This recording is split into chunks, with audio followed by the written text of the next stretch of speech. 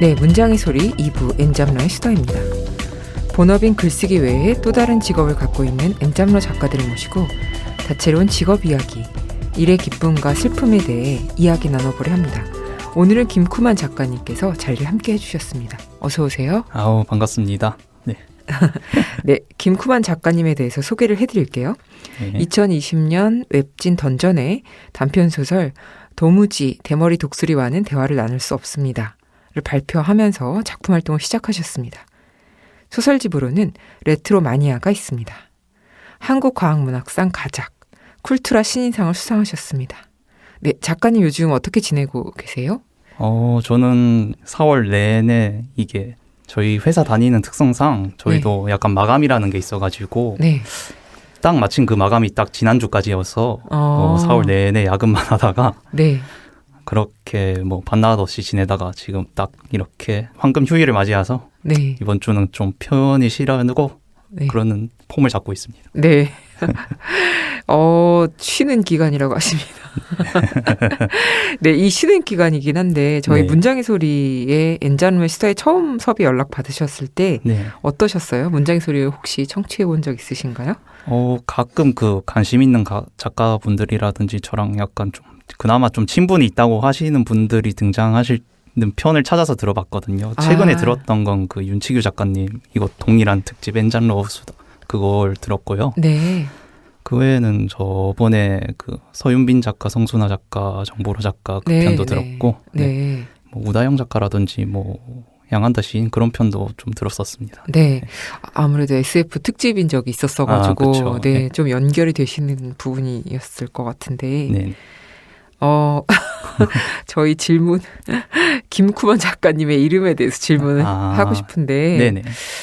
아무래도 이제 이 이름 때문에 한 번 들으면 잊지 못할 것 같은데 이렇게 이름을 지으신 필명이신 거잖아요. 필명이죠. 뭐 사람 이름이 어떻게 김쿠만이겠습니까? 네. 왜요? 또 여러 군데가 섞이면은 또 네, 가능할 수도 있는데 네. 이 의미가 어떤 걸까요? 저는 원래 본명으로 좀 이기저리 막 신인상 같은 걸 맡고 했는데 네. 번번이 떨어져가지고 이게 이름 때문에 좀 나 이름의 기운이 안 좋은가 해서 그럼 필명이나 써볼까 해서 마침 제가 좋아하는 영화 감독 두 분의 이름을 약탈해서 이렇게 필명을 만들었고요. 네. 쿠는 쿠엔틴 타란티노의 쿠고요. 네. 근데 만은 좀 그 고전 한국 영화 감독 중에 이만희라는 분이 계시는데 네. 그 이만희의 만을 따서 이렇게 김쿠만이라는 이름을 갖게 됐습니다. 네. 이 오마주네요. 이름에서. 네, 오마주죠. 김쿠만 작가님의 엔잡 이야기 매우 궁금해집니다. 네, 현재 위메이드라는 게임 회사에서 게임 콘텐츠를 기획하는 일을 하고 계신데요. 작가님 엔잡에 대해서 조금 더 자세히 소개해 주시면 좋을 것 같아요. 일단 이 게임 개발 회사 같은 경우에는 보통 이게 뭐 지금 실제로 서비스하고 있는 뭐 라이브 부서 그러니까 뭐 예를 들어 리니지 같은 뭐 이미 개발되어 있는 그걸 굴리는 뭐 그런 라이브 팀이 있는가 하면 네.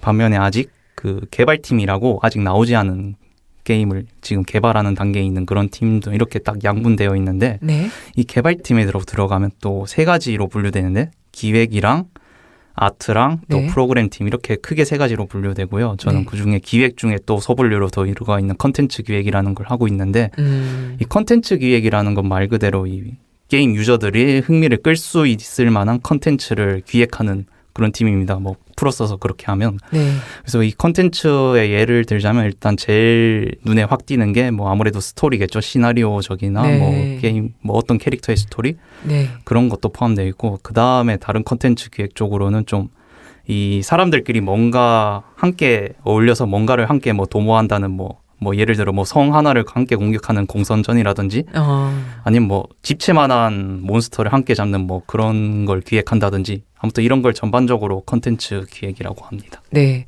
그러면은 일종의 내러티브 작업이라고도 생각할 수 있을까요? 그게 포함되어 있다고 봐야겠죠, 아무래도. 네. 네. 저는 약간 이 김쿠만 작가님 하시는 이 얘기를 들으면서 그 블랙미러라는 드라마 시리즈 중에 그 네. 벤더스네치라고 하는 네네. 거기 나오는 뭔가 그런 장면이 갑자기 연상되기 시작했어요. 그래도 그 벤더스네치 이 특집을 보면은 자기가 이제 게임처럼 네. 서사를 결정해서 계속 갈 수 있거든요. 그렇죠. 그래서 이제 아마도 그런 어떤 다양한 종류의 콘텐츠에서 나올 만한 이야기들 네. 이런 것들을 좀 그려내시는 건가 보다 이런 생각이 들어서 너무 흥미로운데 네네. 주로 이제 그래도 게임 업계라고 하면 프로그래밍 개발 많이 생각하고 그렇죠. 그러다 보니까 뭐 이과의 이미지가 좀 강하기도 한데요. 네. 아무래도 게임 안에 이제 퀘스트나 대사, 시놉시스 네. 이런 지금 말한 어떤 서사에 관련된 것들은 글재주도 필요하고 스토리텔링 네. 좀 필요하잖아요. 네. 그래서 작가님께서 그동안 해오신 게임들 중에 어떤 종류의 퀘스트나 대사들이 가장 인상에 남았는지 뭐 일할 때 많은 영감을 받는 게임이라든가 네. 이런 게 있으실까요? 영화는 아무래도 아까 말씀하신 부분들일 그렇죠. 네. 것 같고. 네. 근데 이것도 약간 좀 영화 취향에 좀 많이 편승된 느낌이긴 한데 제가 좋아했던 게임이 2018년에 나온 레드 데드 리뎀션 2라고 서부를 배경으로 한 게임이거든요. 근데 배경이 1899년인데 그 시기가 뭐냐면 딱 서부가 끝나가는 그 시기에 주인공이 서부의 무업자 그런 친구인데 네. 그래서 어떻게 보면 일종의 자기가 속한 무언가가 몰락하는 딱 그 시기를 그리는 시대의 몰락과 네, 시대의 몰락이랑 뭐 시대의 변화 막 그 물결의 중심에 있는 걸 그려내는 그걸 서부국으로 표현한 게임인데 네. 저는 거기에 많은 영향을 받았고 그게 시대가 시대의 상이다 보니까 좀 약간 좀 정신 나간 퀘스트들이 많은데 예를 들어 그게 어떤 뭐 황야를 따그닥 말 타고 가다 보면 뭐 NPC들을 만나거든요. 네. 그 게임은. 근데 만날 수 있는 NPC 중에 좀 특이한 게 막 여장한 어떤 광대 아저씨가 있거든요. 여장한 인도인 광대 아저씨가 있는데 네네. 막 울먹이면서 뭐 여기 말 두 마리가 뭔가 철창 같은 걸 끌고 있는데 철창 문이 열려 있어서 아우 난 망했어 이래서 망했어 엉엉 이러고 울는데 그 주인공이 다가가서 네. 왜 울고 있냐고 하니까 그 아프리카에서 긴급 공수한 사자를 끌고 뭐 멋진 공연을 할 계획이었는데 근데 갑자기 사자가 성질을 부리더니 철창을 깨부수고 나갔다고 막 그런 식으로 말하더라고요. 네. 호랑이도 있었고 네네. 사자랑 호랑이가 두 마리가 있었는데 그 두 마리 좀 찾아달라고 주인공한테 부탁하거든요. 네. 그래서 주인공이 제일 처음 찾아가는 게 뭐 호랑이를 계곡에서 목격했다는 소리를 듣고 그 계곡으로 갔는데 이게 알고 보니까 호랑이가 그 커다란 강아지의 뭐 줄무늬 염색하고 까만색 염색해가지고 그거 보고 호랑이라고 했던 거예요. 그래서 네. 그걸 잡고 돌아가니까 귀여운. 네. 아니 뭐 호랑이라며라고 하니까 이거 호랑이 맞아요. 그래서 그 다음에 뭐 사자도 잡아오면 이제 뭐 아까 이거 찾아오면 뭐 보수를 지불한다고 그런 말을 했거든요. 네. 그 광대 아저씨가 네네. 사자까지 찾아오면 뭐 2배를 지불해주겠다라고 했는데 그래서 뭐 그 호랑이가 그 강아지였지 않습니까? 그래서 뭐 사자도 뭐 강아지한테 뭐 갈기 같은 걸 매달았겠지라고 하면서 갔는데 진짜 사자는 진짜 사자라고 나오더라고요. 네. 그래서 그 사자한테 죽을 뻔해서 결국 그 사자를 죽이고 뭐 광대 아저씨가 난 살려달라고 했는데 왜 죽여서 왔냐고 난 망했다 하고 또 다시 울부짖고 그런 내용의 퀘스트가 기억이 나네요. 네, 아니 그 우는 사연이 되게 복잡한. 네, 그렇죠. 그 안에 네, 너무 흥미로운데요. 네. 뭔가 다시 제목 게임 레드 데드 리뎀션 2. 네, 다른 분들도 관심 있게 한번 찾아보시면 좋을 것 같습니다. 네. 작가님이 근무하고 계신 곳에서 출시한 게임 중에서도 혹시 재미있어서 추천하고 싶은 게 있으실까요? 뭐 홍보하고 싶거나? 재미가 있다기보다는 일단 이건 약간 좀 제가 지금 적을 담고 있는 곳이니까 그래도 최근에 신작이 하나 나왔거든요. 네. 저희가 직접 개발한 건 아니고 투자한 걸 뭐 저희가 서비스하는 건데 지금 나이트 크로우라고 지금 뭐 하나 지금 모바일 게임 하나 나온 게 있거든요. 네네. 그게 지지난주에 나와가지고 지금 구글 2등을 달리고 있는데 배경은 약간 좀 제4차 십자군 전쟁 배경의 유럽이고요. 네. 뭐 그 십자군에 소속된 어떤 용병단의 입장으로 뭐 여기를 돌아다니면서 몬스터 퇴치하고 그런 느낌의 재밌겠네요. 뭐 그런 게임이 나왔다고만 알려드린 겁니다. 저는 아무래도 이제 배경이 또 한몫하는 것 같은데 되게 흥미로울 것 같습니다. 그 많은 작가분들이 글쓰기라는 본업에 다양한 직업을 겸하고 계시기도 한데요. 김쿠만 작가님께서는 어떤 계기로 게임 콘텐츠 만드는 일을 하게 되셨을까요? 사실은 제가 그렇게 취업에 막 목매달리는 사람은 아니었거든요. 약간 뭐랄까 글만 쓰고 싶다, 글로 밥 벌어먹고 살고 싶다 그런 소원을 가진 사람이었는데 근데 아무래도 좀 그게 한계가 있어가지고 그렇죠. 결국에는 좀 취직 시장에 문을 두들겼는데 네. 처음에는 게임 업계 일을 안 다녔고 좀 다른 뭐 국어 시험 문제 만드는 데 다니다가 이건 안 어울리. 네, 이건 전혀 나랑 안 맞다 해가지고 한 10달 다니다가 때려치우고 네. 공고 뒤적하다 보니까 지금 한국 게임 회사 제일 큰데 세 군데 뭐 3N이라고 하지 않습니까? 거기서 한가운데서 네. 뭐 대사 교정 교요라는 사람을 모집하더라고요. 계약직으로. 그래서 여기 될까 싶어가지고 한번 지원했는데 되더라고요. 오. 3N 중에 하나. 네, 3N 네. 중에 하나 됐었고요. 그래서 네. 계약직으로 들어가서 그게 제일 처음 뭐 게임 회사 게임 업계 첫걸음이었죠. 그게 아무래도. 네. 얼마나 되셨어요? 그게 보통 제가 2020년 10월에 입사해가지고 계약 연장 한 번 하고 근데 네. 정규직은 안 시켜져가지고 중간에 나와서 네.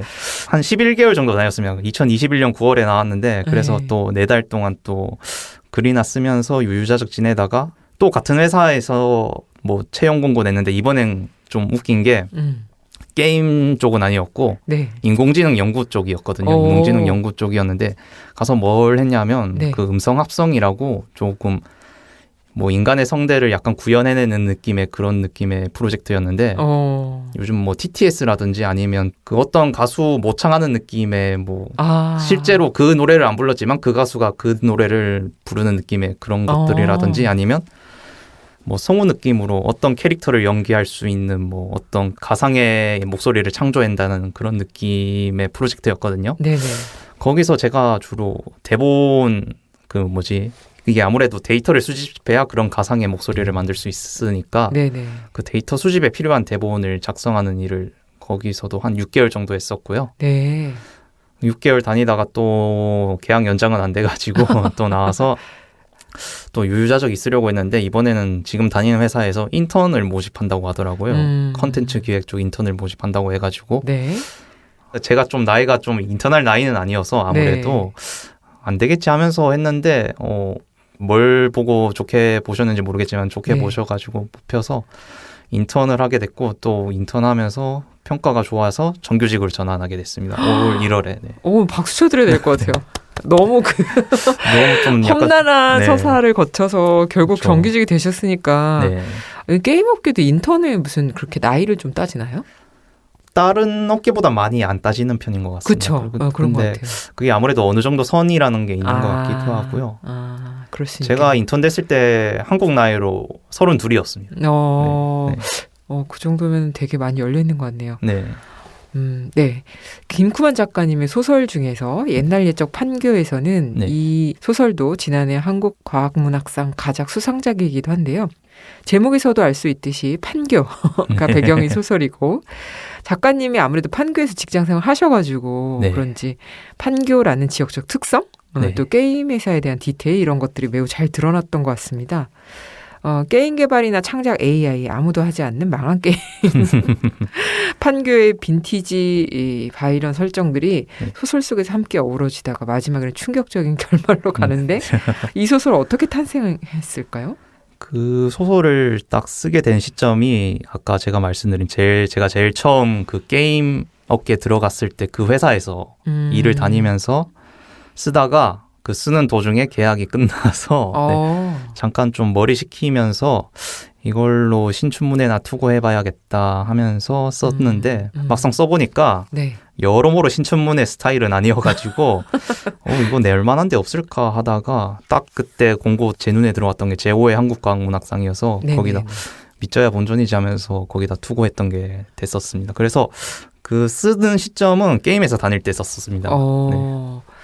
그러다 보니까 아무래도 그 판교 배경인 것이 자연스러운 것 같기도 합니다.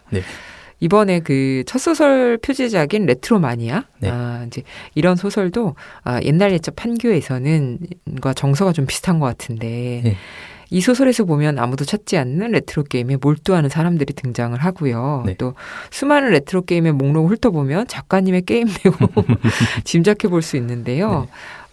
게임 이야기를 구성하다가 문학적으로 어떤 자극을 받는 부분이 있을까요? 그게 막 직접적으로 영향은 주지 않는데 제 꿈이 지금 게임 회사 배경인 소설, 장편 소설을 한번 써보자 그런 꿈이 생겨가지고 네. 갑자기 나중에 그걸 쓸 때 좀 영향이 많이 되지 않을까라는 생각이 듭니다. 근데 게임 회사를 배경으로 해서 장편 나오면 너무 재밌을 것 같아요. 네, 왜냐하면 우리가 다 게임들 다 하잖아요. 저는 그쵸. 전혀 안 하지만 네, 네. 주변에서 게임 안 하면은 진짜 약간 외국인인 것 아니 외국인들도 많이 하니까. 아, 그렇죠. 네, 그래서 모두가 다 좀 기다리게 되지 않을까 이런 생각이 듭니다. 네, 또 재미있는 것은 작가님 소설에서 주로 이제 계속해서 실패하는 사람들이나 네. 또 망한 게임, 한물 간 게임, 또 실패한 게임 등이 나오는데 네. 문학도 어떻게 보면 계속되는 실패 이야기라고도 그렇죠. 볼 수 있을 것 같아요. 네. 게임과 문학의 공통점 같은 게 있을까요? 이게 뭐 감상자로서의 공통점이랑 창작자로서의 공통점이 있다고 보는데 일단 네. 창작자로서의 공통점이 본다면 게임 하다 보면 뭐 죽기 마련이잖아요, 결국엔. 네. 죽고 아니면 뭐 게임 오버 되거나 그렇고. 근데 글 쓰는 것도 결국 그렇단 말이죠. 쓰다 보면 모든 게 다 좋은 글이 될 수는 없는 법이잖아요. 네. 결국에는 뭐 어떻게든 뭐 결국 죽기 마련이잖아요. 어떤 글이든지 뭐 쓰다가 뭐 마음에 들지 않거나 아니면 원하는 퀄리티가 나오지 않거나 그래서 네. 약간 창작자 쪽인 입장에서 보자면 그런 실패 연속 끝에 그래도 계속 시도를 할 수 있다는 그게 좀 공통점이라고 봅니다. 저는. 네. 결국엔 죽게 마련이다. 너무 비관적인 말인 것 아니에요, 같은데. 아니에요. 본질인 부분이 있죠. 네. 네. 네, 이쯤 되니 김쿠만 작가님의 하루 일과가 매우 궁금해지는데요. 네. 작가님의 생생한 하루 루틴, 시간표를 읊어주시는 코너 속의 코너입니다. 네. 네, 그러면 이제 작가님께서 뭐 직장인들은 대체로 9 to 6로 얘기를 하긴 하는데 네. 게임 회사니까 어떠실지 그렇게 간단하게 좀 소개를 해주시면 좋을 것 같아요. 근데 게임 회사도 이게 유연근무제 되는 데가 있고 아니면 뭐 9 to 6나 10 to 7이나 뭐 약간 고정적으로 되는 데가 있는데 저희 회사 같은 경우 약간 후자여가지고 먼저 다녔던 회사는 뭐 제 맘대로 다닐 수 있는 회사여서 그게 참 좋았는데 아무튼 그래서 지금은 좀 고정적으로 생활하고 있다고 보면 되고요. 일단 저의 기상 시간은 늘 6시 반쯤 언저리고 네. 일어나자마자 제일 먼저 하는 건 운동을 보통 짧으면 20분, 길면 45분 그 정도를 하고. 와, 일어나자마자 운동하신다고요? 네. 대단하신데요? 네. 그래서 갔다 와서 글 좀 끼적이다가 네. 아침 먹고 씻고 집을 나서는 게 보통 9시에 나서가지고 회사에 들어가는 게 보통 10시쯤에 들어갑니다. 네. 그래서 회사에서 좀 오전 업무 하다가 12시 반쯤에 밥을 먹으러 가고 네. 다시 돌아와서 뭐 잠깐 쉬거나 아니면 남은 업무를 쳐내거나 하면서 1시 반이 오면 다시 오후 업무 들어가고 네. 여기서 또 갈려지기는 게 아까 뭐 저희 게임 회사 같은 경우 마감이 있다고 했지 않습니까? 네. 지금 딱 4월이 딱 마감이 있던 때여가지고 네. 거의 매일 금요일 빼고 다 야근이어가지고 야근이 있는 저녁이랑 야근 없는 저녁이 갈리는데 야근 없는 경우에는 7시에 퇴근해가지고 네. 집에 8시쯤에 도착해서 밥을 먹고 한 2시간 동안 글을 쓰고 네. 뭐 아니면 게임하거나 네. 뭐 그런 식으로 보내면서 10시에서 11시쯤에 자러 들어가고요. 6시 반에 일어나니까. 네. 네. 야근이 있는 경우는 거의 무조건적으로 10시 퇴근이어서 집에 들어가는 시간이 11시쯤이고 네. 들어와서 어떻게든 쓰려고 발악을 하면서 뭐 그냥 주무셔야죠. 네, 소설 쓰면서 그래도 한 문장 정도는 꼭 쓰고 싶어가지고 30분 정도 쓰다가 네. 자러 갑니다. 12시쯤에. 네. 그래서 아침은 뭐 야근 하나 안 하나 늘 6시 반에 일어나고요. 네. 와, 근데 너무 힘들 것 같은데요? 힘듭니다. 진짜. 그래서 운동이 필수일 수도 있을 것 같다는 네. 생각이 듭니다. 몸이 못 버틸 것 같아요. 그니까요. 그 게임을 만들면서 네. 작가님이 그래도 가장 기쁨을 누리는 순간? 혹은 또 소설 쓰면서 가장 기쁨을 누리는 순간? 같진 않을 것 같은데 어떤 순간일까요? 의외로 같습니다. 아, 그래요? 제가 좀 약간 좀 소심한 관종기가 있어가지고 네. 와 이거 재밌다 하는 그 순간이 제일 좋습니다. 게임이든지 아니면 소설이든지 네. 좀 뭔가 좀 호평이라 칭찬 받는 음. 그게 좋아서 네. 네. 아, 재밌다라고 네. 하는 네. 그 순간이 너무 행복하다고 말씀해 주셨는데, 네. 어려움을 느낄 때도 있죠. 그래서 뭐 게임을 만드는 것도 그렇고 창작하면서도 네. 고민하는 지점이 있으실까요? 일단 지금 뭐 아까 짐작할 수 있겠지만 제 스케줄표를 들으시면 너무 힘들 것 같아요. 지금 제일 큰 고민이 글쓸 시간이 너무 부족해입니다. 글쓸 맞아, 시간이 너무 맞아. 부족해라는 거였고 근데 또 주말에 또 많이 쓰자고 하니 또 이게 또 집중이 안 돼가지고 주말은 또 맞아요. 주말에 또 쉬어야죠, 또 사람이. 그렇죠. 주말에 길게 써봤자 서너 시간밖에 못 쓰고 토일 네, 하루에 서너 시간밖에 못 쓰고 그래서 그게 제일 큰 어려움이에요. 이게 시간의 이 부족한 시간을 어떻게 또 이 지혜롭게 쪼개 쓸 수 있는지 그게 제일 큰 고민거리입니다. 저는 그래서 옛날에 그런 생각 많이 해봤는데 작가들은 어쨌든 하루에 네. 매일 꾸준히 한 3시간 정도나 네. 4시간 정도만 쓰게 하고 네. 나머지는 좀 뭐 책 읽고 놀게 하는 그렇게 하면 되게 좋은 작품 나올 것 같다는 생각을 한 적이 있거든요. 네, 네. 그러려면 돈이 필요한데 그렇죠. 국가에서 지원을 해준다든지 그렇죠. 이제 그런 삶이 되면 얼마나 좋을까. 정말 유토피아네요. 네, 그런 생각 저도 이제 문학을 시작하면서부터 지금까지 했으니까 몇십 년 동안 이루어지지 않은 영원히 이루어지지 않을 것 같은 생각이 들기도 합니다. 그 일을 하고 글을 쓰다가 네. 지금 말씀하신 것처럼 유난히 힘들다고 느끼실 때 네. 어떤 스트레스 해소법 같은 게 있으실까요? 스트레스 해소법은 뭐 아무래도 일단 두 가지 정도가 있을 것 같은데 네. 제가 저기 바다 건너 하루키 선생님한테 배운 게 두 가지 정도가 있는데 그중 한 가지가 달리는 거거든요. 네. 운동 잘하시는구나. 잘하진 않고 좋아하는 편인 것 같은데 네. 아무튼 그 달리는 걸 제가 3km 정도를 글을 별로 못 쓴 다음 날에 아침에 일어나서 3km 정도를 뜁니다. 네. 뛰고 그게 나름 뭐 스트레스 해소가 되긴 하더라고요. 뛰는 네. 게. 근데 제가 발이 평발이어가지고 5km 이상 뛰면 물집이 생겨가지고 무조건 3km만 뜁니다. 네. 그게 또 그 발의 또 상태랑 관련이 있구나. 네, 이게 발이 평발이면 오래 뛰면 좀 상처가 많이 나더라고요. 그렇구나. 네. 네, 달리기로 스트레스를 푼다고 하셨는데, 네. 저는 약간 이해할 수 없는 생각이에요. 네, 이제 작가님의 노동을 달래주는 것엔 무엇이 있을까? 달리기 빼고 네. 글을 쓰거나 일을 할 때 꼭 네. 필요한 물건이나 아니면 음악이나 음식과 같은 취향이 담긴 것, 이런 것들을 봤을 때 노동에 도움이 되는 이것이 있다면 좀 소개해 주세요.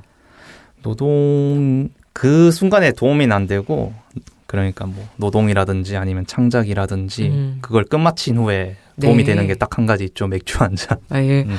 맥주, 맛있는 맥주 한 잔. 그러니까 그걸 할 때는 절대 마시면 안 되죠. 그거 그렇죠. 할 때 하면 뭔가 어그러지더라고요. 네. 네, 그래서 다 끝나고 그래 뭐 그게 완벽하게 못 끝내도 어쨌든 뭐 명목적으로나마 끝난 경우에 한 10분에서 30분 후에 들이키는 맥주 한 잔이 좀 그걸 생각하면서 일을 하는 경우가 많은 것 같아요. 이거 끝나고 맥주 마시자라는 느낌으로.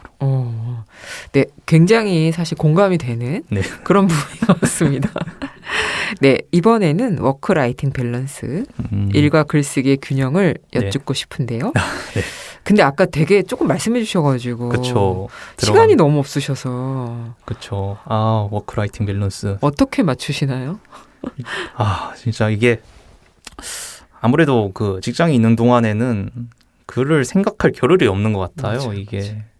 그래가지고 보통 결국에는 할 수 있는 게 출근 전이나 퇴근 후에 잠깐 끼적이는 그 수준밖에 안 되는데 저는 일단 목표가 그 출근 전 30분, 퇴근 후 30분은 꼭 쓰자. 뭐 작업이 더 잘 되면 더 쓰든지 말든지 그거는 뭐 그날의 컨디션에 따라 다른 거고 네. 일단 무조건은 평일이면 무조건 30분 이건 꼭 지키자. 그게 제 밸런스라고 하기 못하지만 일단 제 최소한의 기준은 그겁니다. 일단 네. 평일의 경우에는 그렇습니다. 네. 근데 너무 눈물 날 것 같아요. 네, 사실 네. 시는 그래도 직장 다니면서 조금 그래도 네. 이 시인들한테 뭐 또 욕을 먹을 수도 있는 얘기겠지만 그래도 소설은 일단 분량이라는 게 있어가지고 네. 확실히 쉽지는 않은 것 같습니다만. 엔잡과 창작을 병행하려면 네. 정말 아까 말씀하신 것처럼 운동을 해야 돼, 체력을 해야 네. 되잖아요. 그렇죠. 그래서 달리기로 하시지만 평소 운동하실 때 어떤 걸 주로 하세요? 평소는 약간 좀 가볍게 쇠를 듭니다. 가볍게. 쇠요? 아, 철질. 덤벨? 네. 덤벨이라든지 벤치프레스나 아, 턱걸이 이런 아. 것들 근력 운동을 턱걸이를 하고. 하신다고요? 네. 그거 하기 전에는 아침에 일어나자마자 제일 먼저 하는 게 그 요즘에 유튜브 검색하면 타바타라고 검색하면 10분 만에 몸을 아주 혹독하게 굴릴 수 있는 네. 그런 컨텐츠가 나오는데 네. 그거 하나 골라 잡아가지고 10분 하고 네. 아까 말씀드린 그 철을 들러 갑니다. 그건 어디 헬스장으로요? 아니면 집에서? 그 아파트 밑에 있는 헬스장입니다. 네. 나 이거 너무 디테일하게 여쭤. 네. 이제 김쿠만 작가님께서 아끼시는 문장을 낭독해 주셨으면 하는데요. 네. 좋아하는 다른 분의 문학 작품도 좋지만 직접 쓰신 작품 중에서 낭독해 주셔도 좋고요. 어떤 네네. 문장을 준비해 오셨을까요? 일단 저 처음에 그걸 들었을 때는 약간 내가 제일 좋아하는 작가의 작품을 가지고 와야 하나 싶어서 제가 좀 대내적으로 좋아한다고 알려진 작가가 한 분 계시거든요. 네. 정연문 작가를 하려다가 네. 그래도 그 아까 말씀드린 윤치규 작가님은 자기 작품을 낭독하시더라고요. 그럼요. 이게 자기 나름 작품. 자기 홍보의 시간이니까. 그럼요. 그래서 마음을 고쳐먹어서 네. 제 작품을 하려고 했는데 이게 아직 발표되진 않은 작품이고 조만간 세상에 나올 작품이어서 네. 너무너무 네. 영광입니다. 네. 그럼 김쿠만 작가님의 목소리로 낭독을 들어보겠습니다. 그러니까 이건 아마도 미래의 일이 될 것이다. 지원서를 넣은 회사들 가운데 한 중견 IT 회사로부터 면접 제안이 온 것은 신춘문예가 끝났을 무렵이었다. 생각 없이 지원했던 곳이라 조금 놀란 상태로 면접을 봤는데 합격 통보를 받았을 때 더더욱 놀라지 않을 수가 없었다. 물론 몇 개월 후도 보장할 수 없는 계약직이었지만 내가 해야 할 일은 IT 회사 계약직답게 자판을 많이 두들기는 일이었다. 굳이 비유하자면 설리번 선생님 같은 역할이라고 팀장이 내게 말했는데 너무 낡은 비유라 전혀 와닿진 않았다. 본명이 태호였던 팀장은 한때 김영하, 백민석 같은 작가와 90년대 문단에서 어깨를 나란히 했다고 하는데 비유적으로 어깨를 나란히 한 건지 아니면 문자 그대로 출판사가 널려있는 합정역 뒷골목의 어느 술집에서 어깨를 나란히 한 건지는 알 수 없었다. 교보문고 사이트에서 검색해보니 어떤 평론가가 세상에서 제일 유명한 무명 작가라는 별명을 팀장에게 지어줬다는 사실을 알게 됐는데 그게 호평인지 호평인지도 잘 모르겠다. 사실 이 일을 하면서 나는 언제나 그런 생각을 하곤 했다. 잘 모르겠다. 다행스럽게도 팀장은 내가 알아야 되는 것이 예지가 소설 쓰는 인공지능이라는 사실뿐이라고 알려줬다. 혹시 나중에 저희 같은 사람이 발목 잡힐 일은 없을까요? 뭐하러 이미 날아간 발목을 걱정합니까? 팀장은 내 질문에 시큰둥하게 답했다. 나중에 알고 보니 그는 10년 전에 절필을 선언했는데 공교롭게도 그 해는 프로젝트 예지가 시작된 해였고 내가 글을 쓰기 시작한 해이기도 했다. 과격하게 보자면 우리는 동창이라고 할 수 있었다. 예지도 그렇게 생각하는지는 모르겠지만. 네, 잘 들었습니다. 제가 사실 중간에 많이 좀 터졌는데 네. 이 작품을 읽어주신 이유가 있을까요? 이것도 약간 공백기에 쓴 거거든요. 네. 그 두 번째 직장을 가졌을 때 네. 잠깐 인턴 되기 전에 그 상하이에 썼던 소설이어서 아무래도 이거는 그전 부서가 인공지능 이야기다 보니까 네네. 그 인공지능 이야기가 들어가게 돼 있었고 뭐 네. 물론 그 옛날 렉처 판교에서 들어가긴 했지만 그때는 인공지능이란 걸 전혀 모르는 상태에서 끼워 맞추기용으로 썼다면 이거는 좀 어느 정도 맛을 본 상태에서 쓴 상태여서 약간 좀 지극히 많이 개인적인 이야기라 네. 한번 읽어보고는 싶었어요. 제 목소리로. 네. 너무 재밌을 것 같아요. 네. 그 작품을 기다리겠습니다. 네. 아니 조금 들었는데 네.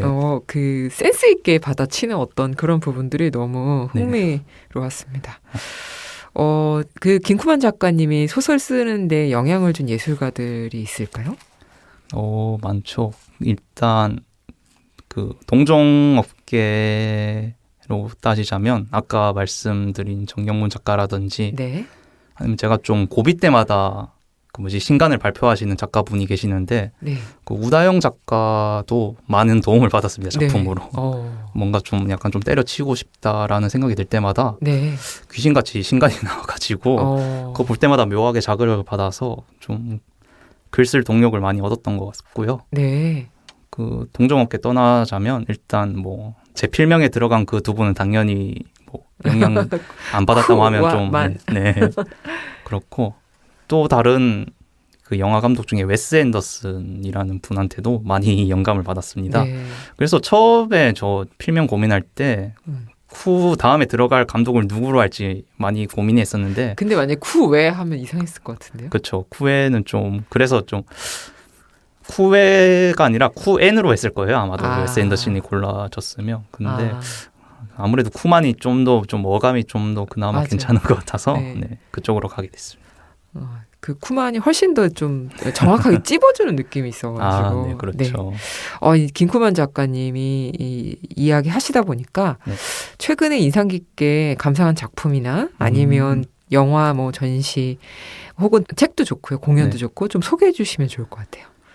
제가 좀 그 뭐더라 OTT를 두 군데 구독하고 있거든요. 네네. 근데 어딘지 얘기해 주셔도 되는데. 그 디즈니랑 네. 넷플입니다. 네, 알겠습니다. 그 계약직 다닐 때는 그래도 그거 볼 짬이 있었거든요. 네. 근데 정규직 되니까 와, 볼 짬이 진짜 없어가지고 주말에 글 써야 하니까. 그렇죠. 네, 보통 주말에 보는데 네. 다행히 지금처럼 좀 연휴일 때는 다행히 볼 수 있어가지고 최근 집에서 디즈니에서는 뭐 어제 만달로리안 시즌 3 봤고요. 네. 넷플릭스에서 좀 자극적인 저한테 많은 그런 걸 준 영화가 하나 있었는데 네. 그 영화가 개봉됐을 때 보러 가야지 했는데 결국 못 봤는데 결국 이렇게 넷플릭스에서 보게 되더라고요. 네. 프란시스 하라는 영화고요. 네. 그게 뉴욕에 사는 어떤 여자 무용수에 관한 이야기인데 네. 거기 대사 중에 제 심금을 울리는 대사가 하나 있었습니다. 네. 그 주인공 대사는 아니고 주인공 친구가 하는 대사인데 네. 뉴욕에서 예술을 하려면 부자여야 해라는 대사가 있는데 이거 뉴욕을 한국으로만 바꿔도 충분히 먹히는 대사여서 그렇지라고 하면서 그 영화를 되게 슬프게 봤습니다. 네.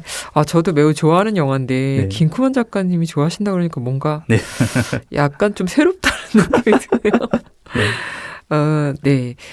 그러니까 예술 작품에 대한 어떤 감각이나 센스가 확실히 네. 일종의 소통을 또 네. 이렇게 만들어내지 않나 싶습니다. 그렇죠. 네. 요즘은 또 소설 쓰실 때 가장 염두에 두고 있는 지점이 있다면 어떤 지점이실까요? 저는 언제나 그랬지만 약간 좀 재미? 재미가 중요하죠. 재미를 언제나 생각했고 근데 제가 아까 정영문 작가 좋아한다고 말씀드렸는데 그 네. 정영문 작가님 좋아하게 된 이유가 네. 제일 처음 본 작품이 어떤 자기의 세계였고 네. 11년 전에 네. 네. 그 전까지는 좀 재미라는 걸 하면 약간 좀 순수 재미, 좀 원초적인 재미 그런 걸 생각했는데 근데 그분의 작품을 읽고 나니까 와 이런 재미도 있구나, 이런 재미로 나가도 나쁘지 않겠구나라는 생각이 들어가지고 네, 약간 그런 재미 좀 색다른 재미라고 해야 할지 아니면 다른 종류의 재미라고 해야 할지 그런 걸 염두에 두면서 쓰고 있습니다. 네. 저는 그런 걸 대사로 많이 푸는데 네. 어떤 그 재미를 또 새롭게 보여주실지 너무너무 기대가 됩니다. 사실 제가 정영문 작가 그 세대일 때 같이 열심히 이렇게 뭘 했던 세대라 네네. 갑자기 정영문 작가님 막 모습이 떠오르려고 해서 네. 되게 좀 기분이 묘한 생각이 드는데 그러면서 또 우다영 작가 좋아하시고 하니까 네. 그런 점에서 작가님의 작품도 매우 기대가 됩니다. 감사합니다. 네. 혹시 뭐 여러 가지 출간 계획이나 아니면 활동 계획 있으시면 조금 마지막으로 소개 더 해주세요. 사실 제가 지금 앓는 소리를 하면서 제 스케줄을 밝혔는데 그 앓는 소리 하는 이유가 그 지금 쓰고 있는 것들이 다 장편이어가지고 단편이었으면 그래도 좀 숨 좀 돌리지 않았을까라는 생각이 드는데 네. 장편 지금 열심히 쓰고 있는 게 하나 있어가지고 네. 그게 아마 뭐 별일 없으면 아마 9월, 10월 그쯤에 출간될 예정이고요. 네. 이것도 약간 좀 레트로마니아를 약간 좀 확장한 느낌의 장편입니다. 네. 재밌을 것 같습니다. 네. 저희 끝으로 나의 엔잡이란 땡땡이다 정해 주신다면 어떻게 해주실 수 있을까요? 일단 제가 이 소리를 그 대학교 때 들었는지 대학원 때 들었는지 가물가물한데 저한테 글을 가르쳐 주신 선생님이 한 말이 있습니다. 네. 이게 어떤 일정한 압력이 있어야 결국 소설이 나온다고. 그래서 저에게 있어서 엔잡은 압력밥솥입니다. 맛있는 글을 만들기 위한 그런. 좀, 네. 네. 근데 뭐 압력이 너무 심하면 그릇이 깨지니까 네. 좀 적당한 압력이 필요하겠죠, 아무래도. 그 글 과목에 들어가 있는 사람들도 있잖아요. 네. 네, 오늘 문장의 소리 엔잡러의 수다 코너에 참여해 주셨는데 네. 어떠셨어요? 저는 살면서 글을 쓰면서 이렇게 신나게 떠들 기회가 있을까 싶었는데 생각보다 빨리 이런 기회를 선사해 주셔서 감사하다는 말밖에 못하겠네요. 아, 저희가 영광이죠. 네, 감사합니다. 문장의 소리 이제 마칠 시간인데요. 함께해 주신 김구만 작가님 감사합니다. 감사합니다. 지금까지 연출 김봉, 구성 작가 권혜영, 최지연, 저는 DJ 이영주였습니다. 우리 그럼 수요일에 또 만나요. 우리만의 문장의 소리로.